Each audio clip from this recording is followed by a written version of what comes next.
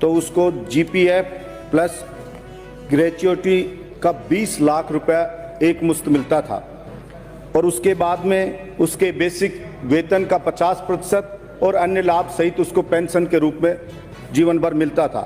लेकिन 2004 के बाद से जो कर्मचारी नियुक्त हुए उनको नई पेंशन स्कीम में डाल दिया गया और उस पेंशन स्कीम के अंदर 10% प्रत्येक महीने सैलरी का कर्मचारी का कटता है और 10% सरकार जमा कराती है और उसे सरकार एनएसडीएल कंपनी में जमा करा देती है।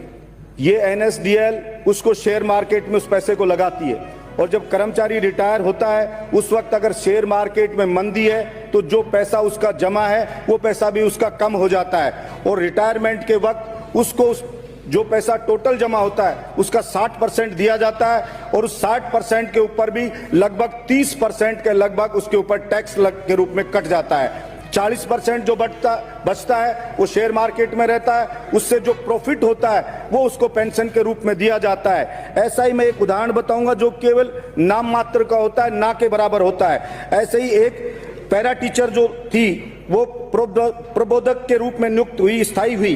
वो 60 साल उम्र होने पर जब 17 में रिटायर हुई उसके बाद से उसको पेंशन मिल रही है लगभग 1000 रुपया महीने के लगभग मिल रही है, जो ना के बराबर एक गैस का सिलेंडर भी उसका आता नहीं है। अध्यक्ष महोदय, मैं आपके माध्यम से सरकार को बताना चाहता हूं कि सरकार को कोई आर्थिक नुकसान भी नहीं होगा और सरकार की 4 लाख के लगभग नई पेंशन स्कीम में कर्मचारी आ चुके हैं। अगर सरकार पुरानी पेंशन स्कीम लागू करती है तो सरकार को प्रत्येक महीने जो जमा करता 10% कर्मचारी का लगभग 2035 से 40 तक सरकार को 200 करोड़ रुपया का फायदा प्रत्येक महीने होगा, यानी 2500 करोड़ रुपया सरकार को मिलेगा।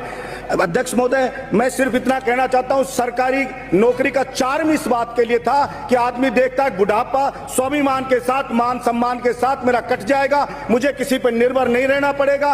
और इस वर्तमान युग में हम बुजुर्ग लोगों की हालत देख रहे हैं, वृद्धाश्रम की जो संख्या बढ़ती जा रही है वो इस बात का प्रमाण है कि बुजुर्गों के साथ अत्याचार हो रहा है। सेल्फिश इस जमाने में बहू बेटे बुजुर्गों को निकाल रहे हैं, आए दिन मुकदमे हो रहे हैं, आए दिन अखबार में पढ़ते हैं। इसलिए मेरी सरकार से ये दरख्वास्त है, सरकार से निवेदन है कि सरकार राजस्थान के कर्मचारियों को पुरानी पेंशन स्कीम में डाले, उनके साथ न्याय करे। सरकार को भी फायदा होगा, यहाँ के कर्मचारियों को भी फायदा होगा और बुजुर्गों का सम्मान भी जिंदा रहेगा। इसलिए सरकार इसके ऊपर ध्यान दे और जल्द से जल्द इसका निर्णय करे।